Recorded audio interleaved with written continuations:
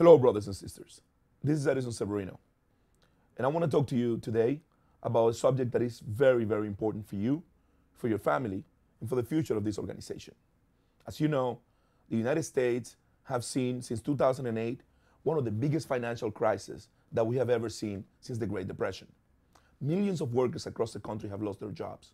And in our area, we have seen the same thing, especially in the construction industry, where buildings that were being built did not make economic sense anymore since everything plummeted in the financial markets.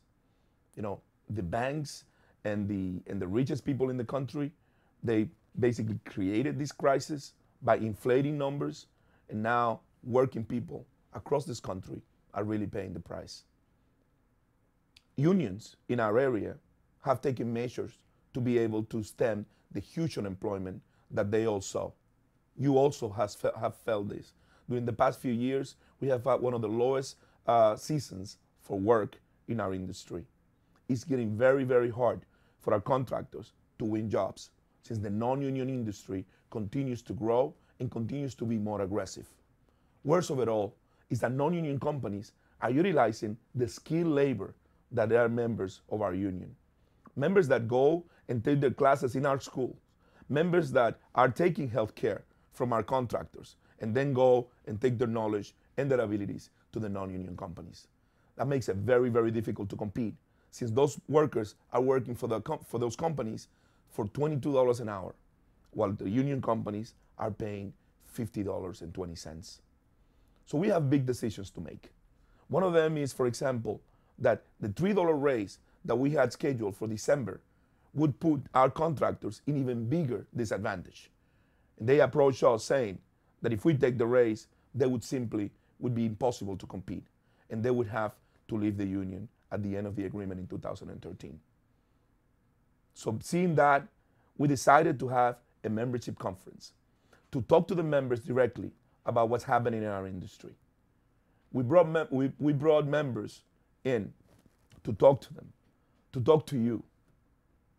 People selected delegates by signing a petition, and during the last 2 days, these members came and heard from industry leaders, from unions, and also from management, presidents of the building trades, district council business managers, and they all talk basically about the same thing. The construction industry in New York is suffering, and we have seen some of the biggest contractors, for example, in the state of New Jersey, send abrogation letters, meaning that they will no longer be in the union. We cannot let this happen to us. So those members in that conference made important decisions. And the decisions that we made in the conference are as follows. The Contractors Association of New York and New Jersey both agree. They came to us looking for relief in order for them to be able to stay in business, and most importantly, to be able to stay union and continue to pay the wages and benefits that we expect and that we have earned throughout the years. But they say that that would be impossible under the current conditions. One of the things that they believe is one of the main reasons for their lack of ability to compete fairly is the out-of-work list. I understand that some people rely on the out-of-work list to be able to find work, but to the contractor's point of view, the out-of-work list has been something that throughout the years has affected tremendously their ability to be effective. They have to inflate prices in order to account for people that they believe are not as productive as the regular company men. Also, they have told us that the people from the out-of-work list make about 75% of the accidents on the job, increasing tremendously their workers' compensation and their general liability insurance. One of the contractors, one of our biggest contractors, by the way, in the city, have told us that they are unable to get insurance and they might have to shut their business. If that would happen, that would put a lot of members out of work.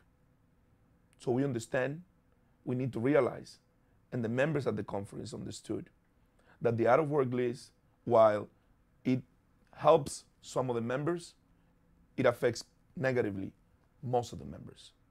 And in that light, the members voted unanimously to remove the demands from the hiring hall to contractors. In other words, there will not be any more an out-of-work list. And whenever we get work, that the contractors need workers, they will call us and we will send a text message, just like we did during Sandy. Members that reply will get called for that job. And every member will have an opportunity to compete and to call and to get calls for every single job that the union receives in the future. But no longer will the union have a ratio for the out-of-work list on the jobs. We believe that that is the right thing to do at this point, and we believe that that will help the contractors be more competitive. But most importantly, the out-of-work list has been used by some members as the only method of getting work. And that is wrong, because that is not what the union is supposed to do. The union is here to make sure that workers are getting the right benefits and the right wages. And most importantly, that the unions are getting respect, that the workers are getting respect at work. But some members have understood that the union is here just to provide them work. And that is not what this is about. You know, people need to be able to find their own work by being productive and getting relationships at work. That is how this industry works. Another area of great concern is the residential asbestos abatement industry, an industry that comprises about half of all the non-union work, and where our companies find it absolutely impossible to compete. Today, that is a market that we simply do not have. And in order to get it, we're going to need to do something drastic. What we propose and was accepted and voted on unanimously by the members at the conference is to create a recovery package that takes the fight back to the non-union contractors' turf, an area where they are growing, to then get the strength to come out and compete against our contractors in the public sector and also in the private commercial jobs where we are still strong. So we need to recover that market.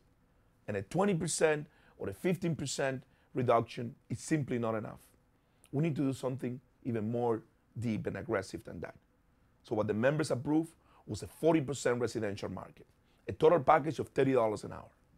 With that total package, we will be able to really take the fight to them and really get our contractors competing and winning residential jobs. Remember, this is a market that we do not have. So we will not be cutting anything we have now, but we will be launching a campaign to address an industry or a portion of the industry that totally has eluded us and has remained non-union all these years. We will also be able to sign some of those non-union contractors, and when they do commercial work, they will create commercial union jobs for the regular members. What we propose also is that those jobs in the residential market should be done by the new membership. We believe that members that come in new to the local should not be able to work at the same level that handlers that have been in the union for years are making. You know, right now the package for a handler is $50.20 an hour.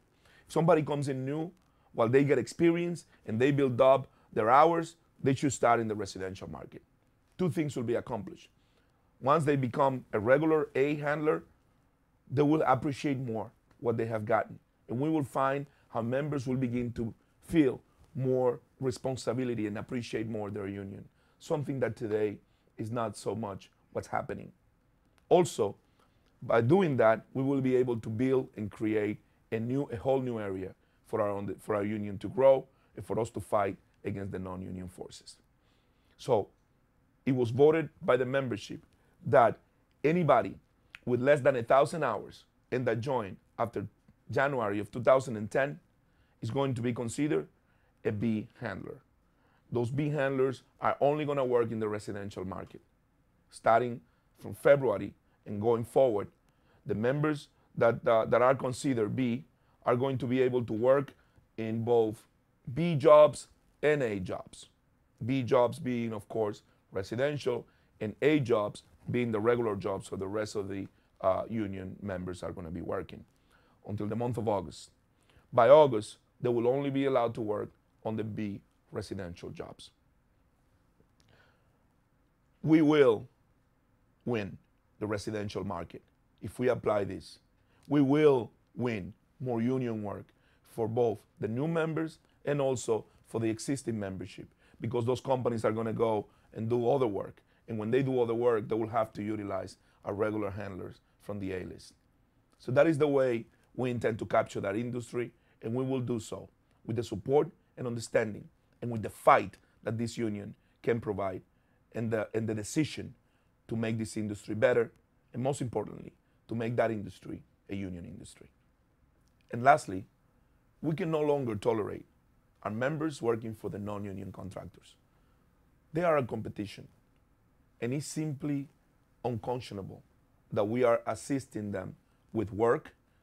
But not only that, we're also taking our training acquired in the training fund that is paid by our contractors at the tune of $10 million a year.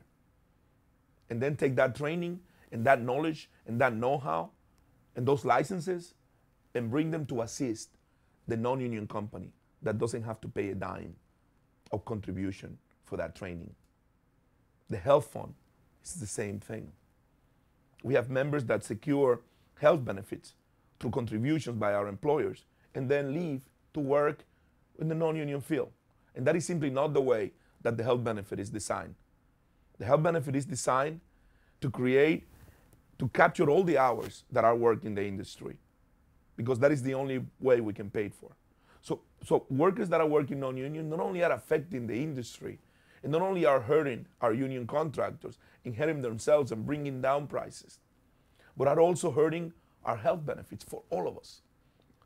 So the Contractors Association, the members in the meeting, and all of us in the union agree that those members need to be penalized. And from now on, members that work for a contractor that does not provide compatible health benefits are going to be suspended from the industry by the Joint Safety Initiative as a Joint Safety Board violation. That will happen practically immediately after the signature of this contract extension, because we can simply not tolerate anymore these members working non-union. So at the conference, the members voted unanimously on a comprehensive package that will create more work for you by enhancing our contractors' ability to compete and win jobs. We voted to extend the agreement to 2015. We voted to freeze rates at the current levels. We also voted to create a 40% reduction in the residential market and to eliminate the hiring hole. Most importantly, we also voted to suspend any member that is working for a contractor that does not provide health insurance and does not contribute to a training center comparable to the ones that the local 78 members obtain by working for our contractors. We believe that that package will create the ability for our members to have more work and our contractors to be more competitive. We can be better. We can do better if we unite and we fight to protect and defend the integrity of our union. And in doing that, we will also protect and defend the well-being of all of our families. Thank you and have a good day.